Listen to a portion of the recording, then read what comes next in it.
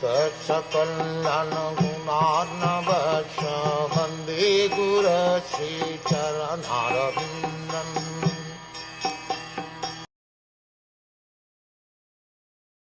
It is now ascertained that he, the personality of Godhead, is unlimited, and there is none equal to him.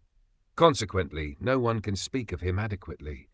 Great demigods cannot obtain the favor of the goddess of fortune even by prayers, but this very goddess renders service unto the Lord, although he is unwilling to have such service. The personality of Godhead, or the Parmeshvar Parbrahm, according to the Shrutis, has nothing to do. He has no equal, nor does anyone excel him. He has unlimited potencies, and his every action is carried out systematically in his natural and perfect ways. Thus the Supreme Personality of Godhead is full in himself, and he has nothing to accept from anyone else, including the great demigods like Brahma.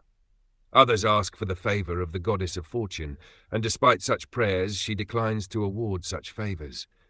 But still she renders service unto the Supreme Personality of Godhead, although he has nothing to accept from her.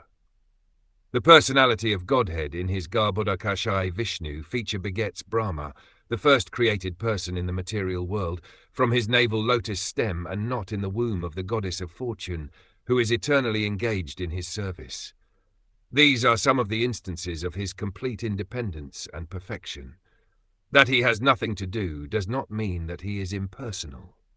He is transcendentally so full of inconceivable potencies that simply by his willing, everything is done without physical or personal endeavor. He is called, therefore, Yogeshvar, or the Lord of all mystic powers.